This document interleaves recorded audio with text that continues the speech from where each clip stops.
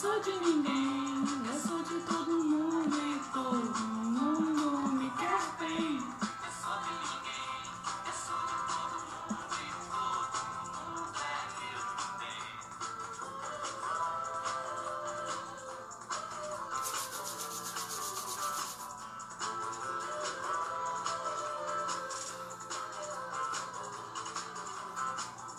Já sei namorar, já sei chutar a bola, agora só me falta ganhar. Não tenho juízo, se você quer a vida em jogo, eu quero é ser feliz. Não tenho paciência pra televisão, eu não sou audiência para a solidão. Eu sou de ninguém, eu sou de todo mundo e todo mundo me quer bem. Eu sou de ninguém, eu sou de todo mundo e todo mundo é meu bem. Tô te querendo como ninguém, tô te querendo como Deus quiser. Tô te querendo como eu te quero, tô te querendo como você quer. Tô te querendo como ninguém, tô te querendo como Deus quiser. Tô te querendo como eu te quero.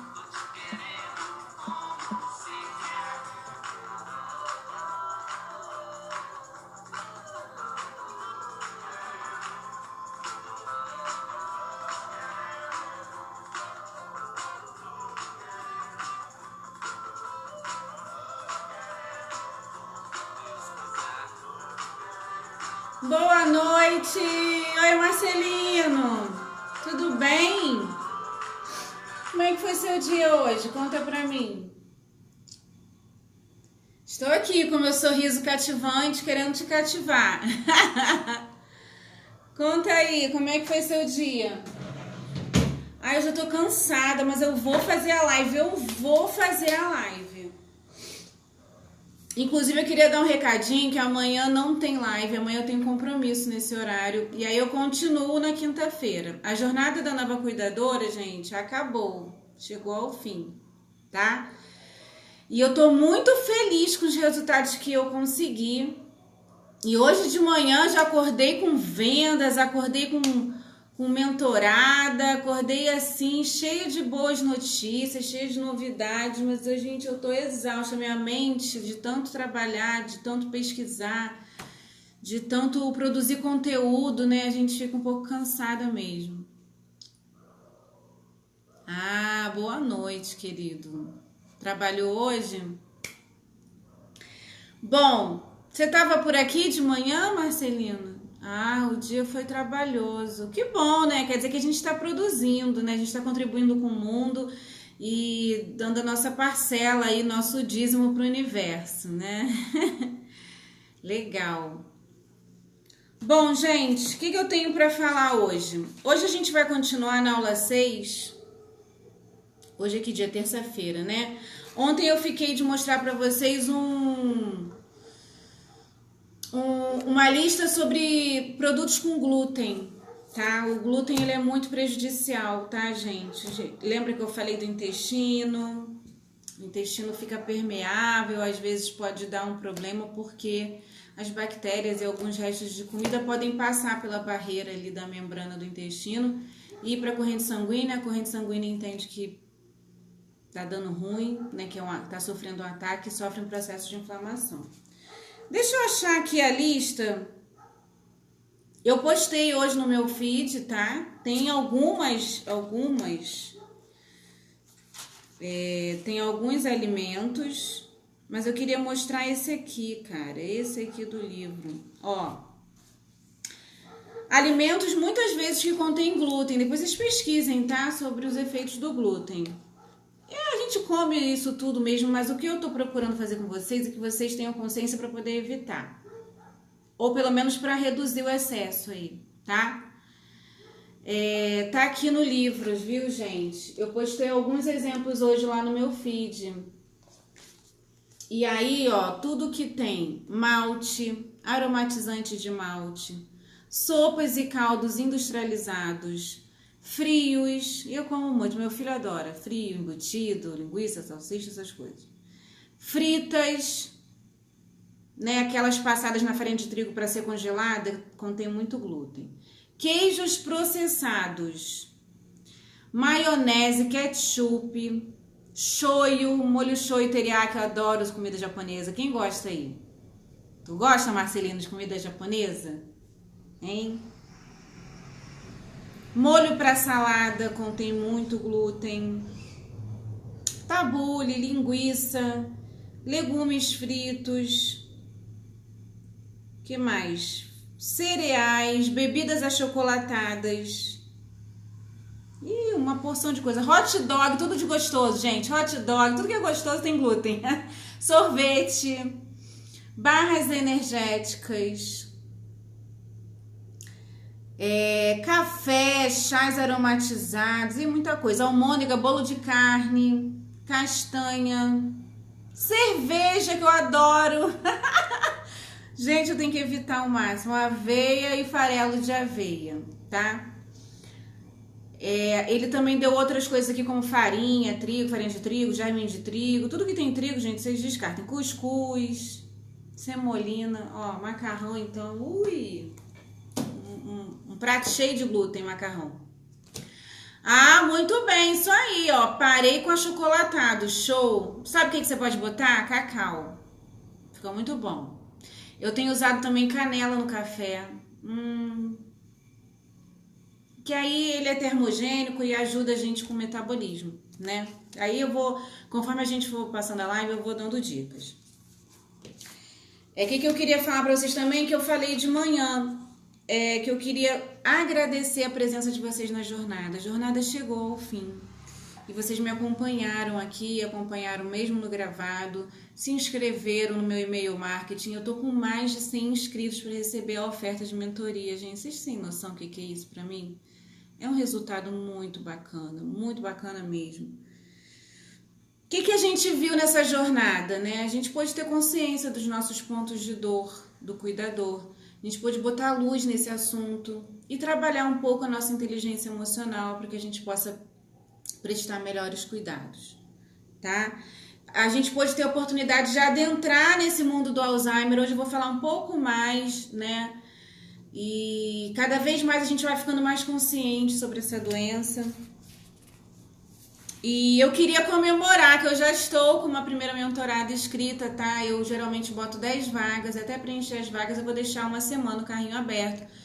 Então quem quiser, quem tiver interesse, me manda um direct que eu vou mandar o link para vocês se cadastrarem no e-mail, tá? Que aí vocês vão fazer parte de um grupo de WhatsApp, lá vão receber todos os recadinhos importantes para o mês de 5 encontros. Aí dá um mês mais ou menos, um pouquinho mais de mentoria, tá bom? O preço tá imperdível, tá um preço de um plantão até menos, tá bom? Essa pessoa que entrou como mentorada, ela comprou o meu guia para tratar e cuidar de idosos. O link tá aí na bio. Ela entrou lá, pagou com cartão, recebeu o guia, eu mandei um e-mail para ela e ela super topou fazer parte da mentoria da nova cuidadora. Então ela já se propôs a ser uma nova cuidadora, né? Ela quer o resultado de prestar os melhores cuidados, de ter inteligência emocional necessária, de equilibrar aí a vida profissional com a vida pessoal, com a vida familiar, né? Não deixar essa balança degringolar por conta da gente se sentir responsável, né? Por cuidar da vida do outro, já que esse outro está apresentando, o idoso apresenta às vezes uma menor independência, uma menor autonomia. E eu tô muito feliz, eu não posso estar de outra forma. Hoje eu tô de maneira grata e comemorativa. Eu contei um pouco da minha história também. Marcelino, você tava, a gente tava conversando. Acho que você tava, se não era você, era o Emerson. Ele participou um pouco da minha história também, ele começou a confirmar um monte de coisas que eu tava falando durante a live de manhã. Foi uma super troca, assim, se puder, assista. Vamos lá? Vamos partir conteúdo? Partiu o conteúdo, já dei a lista do glúten que eu prometi. E o que eu quero colocar na cabecinha de vocês hoje? Que eu tô com frio. Tá frio aí, Marcelino? Tá frio aí em Mesquita? Aqui tá friozinho, eu tô com a minha mão gelada. controlada. Mas eu sou friorenta mesmo. Que eu quero colocar na cabeça de vocês hoje? O quanto isso aqui que a gente tem dentro do nosso crânio, que é um computador, é um supercomputador, bem complexo por sinal, mas ele é incrível. Nosso crânio, nosso cérebro, o cérebro está dentro da caixa craniana. Isso aqui, cara, olha, quanto mais eu leio, mais doida eu fico, mais alucinada, mais maravilhada eu fico. Vocês acreditam que se estima que nós temos 100 bilhões de neurônios? Gente, vocês têm noção do que é isso? 100 bilhões de neurônios? E cada neurônio faz cerca de 10.000 conexões. Cada neurônio faz cerca de 10.000 conexões. Gente, isso dá quase aí 1 quatrilhão de conexões. 1 quatrilhão de conexões. Então, a gente vai ver aqui no processo da vida, quando a gente é jovem, a gente fica adulto e vai envelhecendo, é normal esse jogo de perde e ganha conexão, perde e ganha sinapse. É um equilíbrio dinâmico que a gente fica a vida toda e é super normal. Só que na doença de Alzheimer isso acontece de forma desregulada, né? A gente perde mais do que ganha conexões, é aí que mora o problema. Ah, hoje aí em Mesquita esquentou um pouco, né? Muito bem, legal, que bom, né? Tem que sair, ótima live. Obrigada, querido. Você é muito querido no meu coração. Fica com Deus. E aí, gente, só para vocês terem uma noção, esse 1 quatrilhão de conexões, né? Olha como o nosso cérebro é maravilhoso. Só que assim, dentro desses 1 quatrilhão de conexões, cada neurônio precisa encontrar uma maneira de absorver essas informações que vêm de fora. E ele tem que fazer isso nesse espaço que ele ocupa aqui dentro, ok? Então, para fazer isso, para ele pegar essas informações de fora e absorver para dentro do cérebro, o neurônio ele faz isso a partir dos receptores. Danile do céu, começou você. O que são receptores? Receptores nada mais são do que moléculas de proteína produzidas dentro da célula e depois transportadas para sua superfície, como se fosse uma câmera de segurança, tá? Uma câmera de segurança que sai da fábrica e vem para nossa casa para poder nos vigiar e nos proteger, ok? E aí, esses receptores, eles percebem o que está acontecendo, tanto do lado de fora da célula, quanto do lado de dentro da célula. Então, ele fica em contato. São vários receptores, vários tipos. Tem alguns que ficam vendo o que está acontecendo do lado de fora e alguns que ficam vendo o que está acontecendo do lado de dentro da célula, ok? No lado de dentro é um caldeirão de informação molecular. Do lado de fora é uma algazarra, um monte de coisa acontecendo também. E aí, no meio desses receptores, tem os que reconhecem os hormônios da tireoide, tem aqueles que reconhecem a vitamina D, tem aqueles que reconhecem e detectam o estradiol, tem aqueles ainda que reconhecem o fator de crescimento nervoso, uns que reconhecem a dopamina, que é um neurotransmissor responsável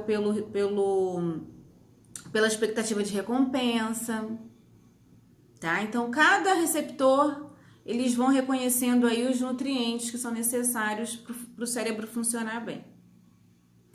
E aí, o que acontece? Esses receptores sentem as moléculas externas a ele, tá? E as internas também. E aí, o que eles fazem? Eles absorvem esses nutrientes. Cara, só que vocês não têm noção, eles fazem isso bilhões e bilhões e bilhões de vezes por dia. Pensa no gasto energético que o cérebro precisa. Porque se não fosse esse 1 bilhão de vezes que esses receptores diariamente fazem esse processo de reconhecimento, absorção e de nutrientes, cara, a gente não seria ninguém, a gente não seria nada. Entende? A gente seria umas bolhas sem vida. É isso que a gente seria. Então a gente tem que agradecer os nossos receptores aí cerebrais que fazem esse trabalho tão minucioso. E nos experimentos aqui do Dr. Dale Bredesen, onde ele explica detalhadamente toda a neuroquímica cerebral. Eu não vou entrar nisso, porque isso é muito difícil de entender.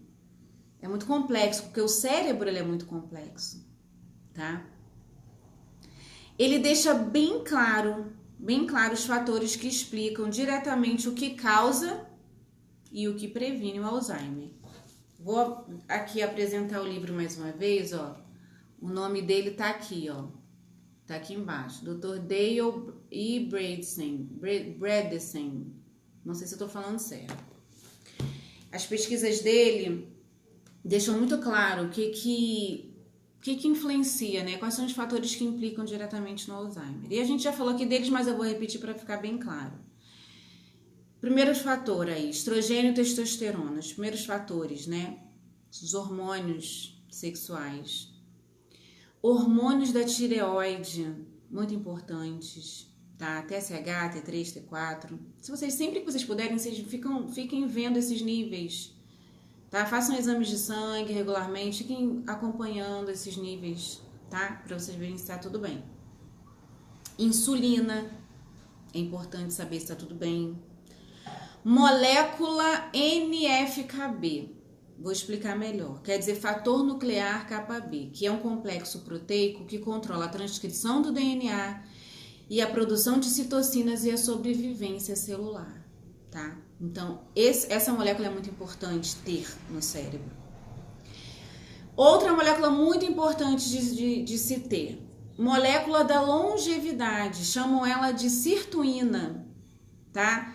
E ela é ativada por uma substância que tem no vinho tinto, resveratrol, muito encontrado no vinho, tá? Então, assim, quem toma vinho sabe por que faz bem, e não faz bem só ao coração, faz bem ao cérebro também, ok? Além da vitamina D, o sono, o estresse, etc, etc.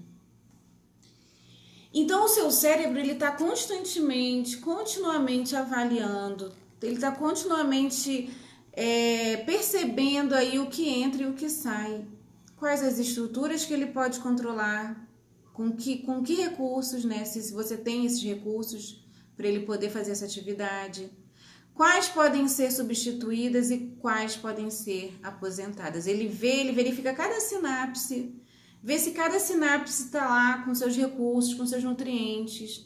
E ele verifica quais podem ser aposentadas, quais podem ser substituídas. E ele vai fazendo esse trabalho de faxina, de verificação e faxina, tá?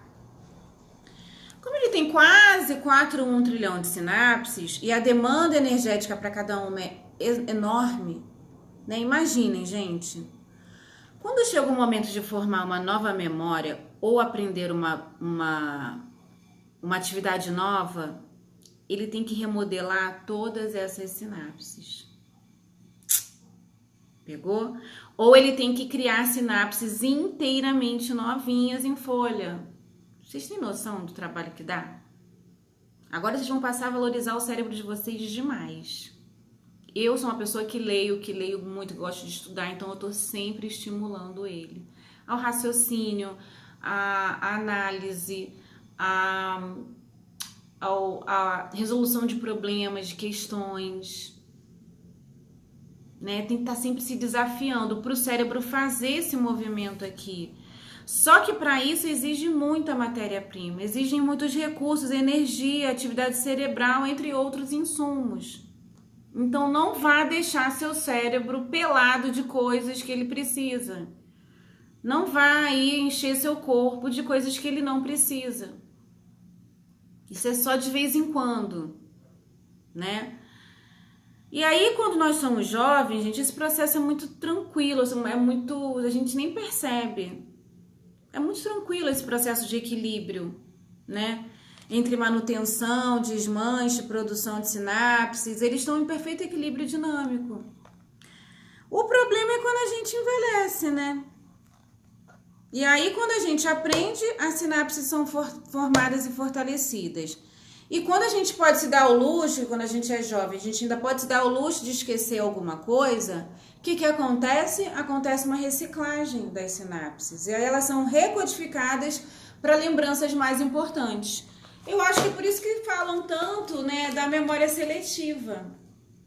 A gente tem memória seletiva. E outra coisa que o cérebro tem, ele é basicamente, o cérebro, ele foi feito para sobrevivência. Ele funciona muito a favor da nossa sobrevivência.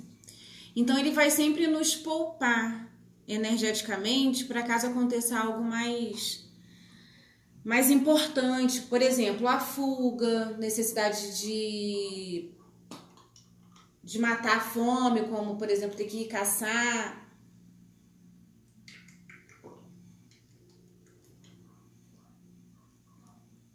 Então, baseado nesse conhecimento, você vai entender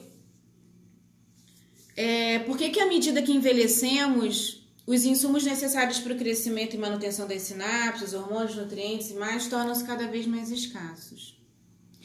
Por quê? Porque ele guarda tudo, ele guarda os insumos que são escassos para a própria sobrevivência do ser humano. Tá? E esse equilíbrio entre formação e destruição, ele não fica em perfeito equilíbrio dinâmico, tá? Mas assim, gente, quem fica feliz aí com a perda de neurônios? Ninguém, né? Ninguém faz festinha, perdi neurônios, oba, perdi sinapse. Não, isso é muito triste, mas é comum para o corpo. Esse processo é um verdadeiro downsizing, que a gente chama. O que é downsizing? É um termo americano utilizado para redução de riscos. Tá? Então, ele entra, quando a gente envelhece, o cérebro entra nesse processo de downsizing, que é uma redução de risco, é uma redução de custos. O cérebro ele é muito inteligente. Nós somos muito inteligentes. E o cérebro tem um funcionamento, como eu falei, de um computador mega ultra avançado. E esse downsizing, ele não é inerente da doença de Alzheimer, tá? Não é inerente à doença de Alzheimer, mas na doença de Alzheimer acontece de forma mais intensa, mais crônica, mais repetitiva. Ok? O que acontece na doença de Alzheimer? Esse downsizing é um processo bastante simples, na verdade. O cérebro retrocede, preserva apenas as funções de que necessita para permanecer vivo e deixa de gastar energias ou recursos na formação de memórias desnecessárias. Ok? Então, se o cérebro tiver que escolher, vejam bem, gente, essa é engraçada. Se o cérebro tiver que escolher entre regular a temperatura corporal, respirar, falar, se ele tiver que escolher entre isso e lembrar do último episódio do La Casa de Papel, por exemplo, a série da Netflix, se ele tiver que lembrar do último episódio da novela lá que tá passando, sei lá, tô dando um exemplo aqui bem tosco. É óbvio que o cérebro vai querer se lembrar de como falar, de como respirar, de como manter a temperatura corporal, né, gente? Por isso que a gente observa que as memórias recentes, elas são deletadas. As memórias mais antigas, memórias que você está mais habituado à realização, elas são mantidas. Então, por extensão, nossos programas mais apreciados e repetitivos, como as nossas habilidades laborais, como algum hobby que a gente gosta de fazer, eles com frequência são poupados em detrimento de novas lembranças. Entenderam? Eles vão guardar tudo para ajudar você a sobreviver. E o que é a sobrevivência? Falar, comer, respirar, se manter com no mínimo 37 graus, ok? Então, a gente tem um exemplo aqui que eu acho muito legal para você entender o que é a doença de Alzheimer. É o exemplo de uma paciente do Dr. Dale, que se chama Nala. A Nala, ela tem 55 anos. Deixa eu procurar aqui o caso dela. A Nala tem 55 anos, desculpa. E aí ela começou a ter dificuldades no trabalho, tá? Ela acabou desenvolvendo uma doença progressiva. E ela fez um exame, uma PET scan, que mostrou que o seu cérebro estava coberto de amiloide. E aí ela também fez exames genéticos e que comprovaram que ela era portadora do gene APOE4. Entendem? A cópia do cromossomo que ela herdou de outro progenitor foi o APOE3. Então, tanto o fato dela ter amiloide quanto ela ter a presença do APOE4 sustentavam totalmente o diagnóstico de Alzheimer. E aí ela fez um teste, que era uma pontuação na avaliação cognitiva de Montreal. Gente, ela tirou 6 de 30. E em alguns dias ela chegou a tirar 0 de 30 questões. E aí, a partir desse momento, a Nala já era incapaz de se vestir, já era incapaz de se lembrar, de tomar banho, de pentear o cabelo. Ela era incapaz de até de ir ao banheiro sozinha ou realizar qualquer outra atividade da vida diária dela. Contudo, acreditem, pasmem ou não, ela preservou a capacidade de tocar piano maravilhosamente bem. Isso não é incrível? Isso não é surpreendente? Eu me lembrei de um vídeo que está rodando por aí, que ele viralizou, daquela idosa, que eu acho que ela fazia balé, ela fazia parte do corpo de balé aí famoso e tal, que ela representou o cisne negro. Lembra? Ela escuta, bota uma música para ela escutar. E aí ela começa a fazer os movimentos assim, com as mãos, muito bonito. Eu chorei nesse vídeo. Porque ela tinha Alzheimer e ela estava com as capacidades totalmente com relação à música. E essa lembrança dela como profissional, como bailarina, estavam preservadas. E ela já quase não era mais ativa, né? Você vê como que é a cabeça, o cérebro de uma pessoa com Alzheimer. É incrível. Incrível. Essa é a condição que a gente chama de doença de Alzheimer, né? E sem dúvida é de pouco consolo saber que o cérebro faz uma escolha deliberada de preservar as funções vitais às custas das capacidades de como lembrar e pensar e compreender, imaginar, que é realmente o que nos torna humanos. Mas é isso que acontece. E quando o nosso cérebro recebe a informação através dos receptores, que não há hormônio, que não tem vitamina, que não tem nutriente, tadinho, e outras moléculas aí que sustentam a cognição, e aí ficam impossíveis de formar novos neurônios, logo o processo de downsizing é iniciado. E como que fica esse processo de downsizing, né, que eu expliquei, que é redução de custos, redução de riscos? É como se fosse um processo de demissão. Mas sabe como ocorre esse processo de demissão? É assim: o último contratado na empresa é o primeiro a ser demitido. Entenderam? E com relação à memória, façam aí um parâmetro. Se tem uma lembrança recente, uma coisa nova, essa lembrança é eliminada primeiro. Entendeu como é que funciona o esquema? E aí as memórias recentes vão primeiro e as antigas em seguida e as mais antigas por último. Essa descoberta fez mais do que criar as bases para o protocolo Recode. Ela também explica por que as drogas isoladas, aprovadas e experimentadas, fracassam repetidamente em deter, quanto mais reverter a doença de Alzheimer. O motivo é que as farmacêuticas costumam ser como trabalhadores que são chamados para consertar uma casa enorme, atingida por diversas bolas de beisebol. Imagina uma casa atingida por uma chuva de granizo, mas só que esse granizo são bolas de beisebol. E aí a casa fica toda esburacada. Sabe como é que o remédio que hoje é aprovado e experimentado? O remédio ele só tapa um buraco. Um buraco. E aí? Como é que ficam os outros 35 buracos?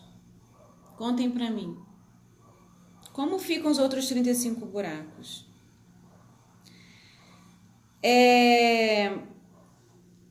Por que eu tô falando em 36, né? Um tapa um buraco e ficam 35, totalizando 36. Por que eu tô falando de 36? Né? Porque a pesquisa feita lá no laboratório do Dr. Dale identificou 36 fatores de contribuição para o caminho que previne ou causa o Alzheimer. Ok? Então, são 36 fatores de contribuição que dá para tranquilamente mensurar. A partir de um paciente, ele tem como fazer a métrica, né? De quais dos nutrientes, quais das moléculas, quais dos itens que estão faltando ali naquele cérebro, né? E assim, pessoal, calma que isso não quer dizer que a gente tenha que tapar os 36 buracos. Não é assim que funciona.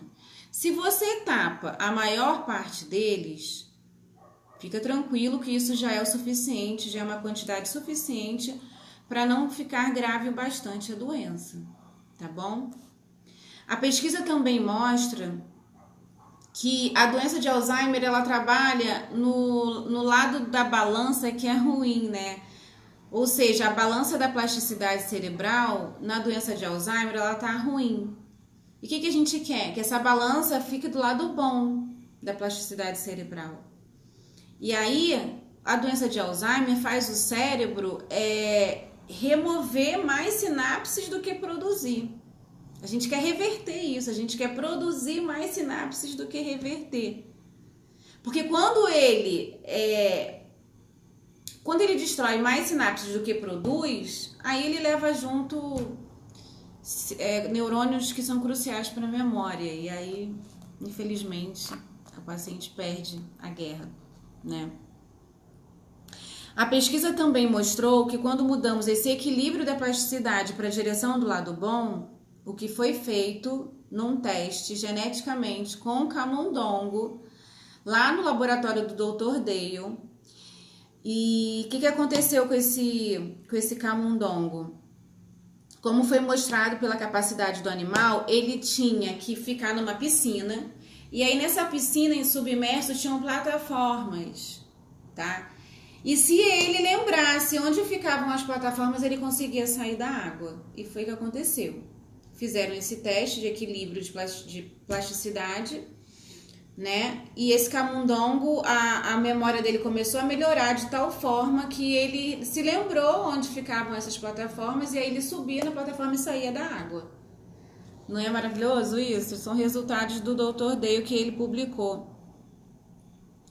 Então foi em 2011 essa publicação e ele descobriu esses 36 fatores, 36 mecanismos moleculares que contribuem para a doença de Alzheimer, tá?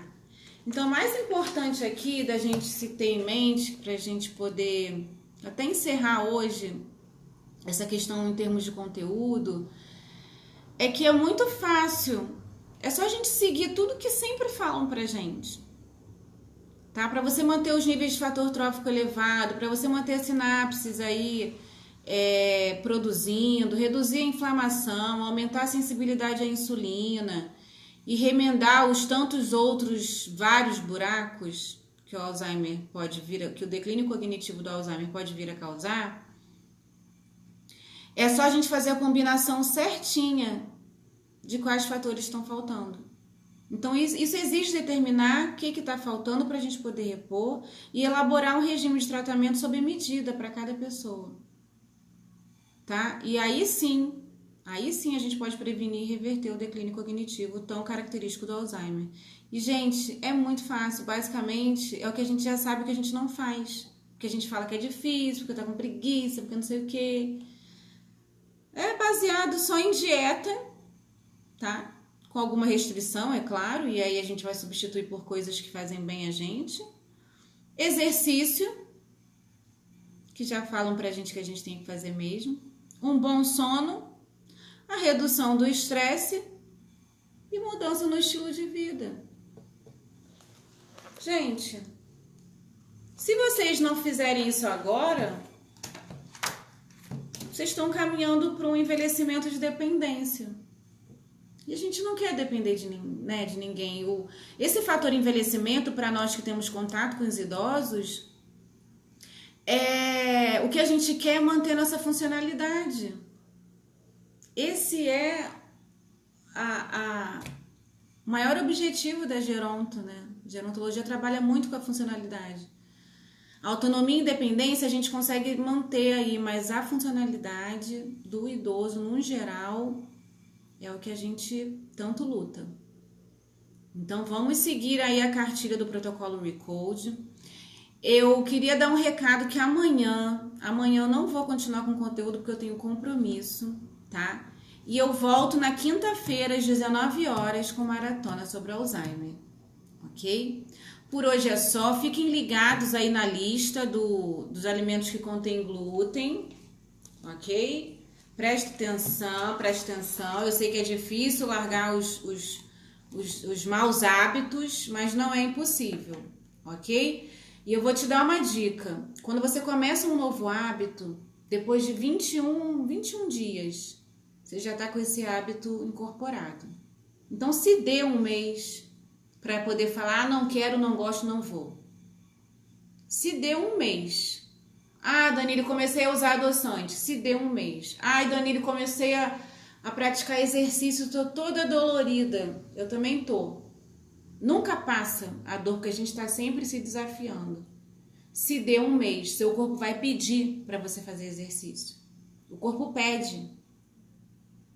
Ele se acostuma com o que é bom para a funcionalidade dele. Entendeu? Então, botou um novo hábito, se dê 21 dias. Vocês sabem, por exemplo, que eu pratico afirmações positivas. Eu sempre coloco nos stories também. É que eu não tenho colocado ultimamente, mas eu todas as manhãs eu pratico afirmações positivas. Gente, vocês não sabem o efeito que fez na minha vida depois de 21 dias. De tanto eu afirmar o que eu quero para minha vida, as coisas de fato começaram a acontecer. Porque eu acredito, e eu afirmo, e eu tenho fé, e aquela antiga crença muda para uma nova crença. Cara, real, é transformador, tá? Então, só o que eu te peço, faça um novo hábito e se dê 21 dias. Beijo, boa noite, fiquem com Deus. Amanhã não tem jornada da nova cuidadora. Ai, meu Deus. Eu volto quinta-feira, tá bom? Beijo, beijo, beijo. Fui, muito obrigada.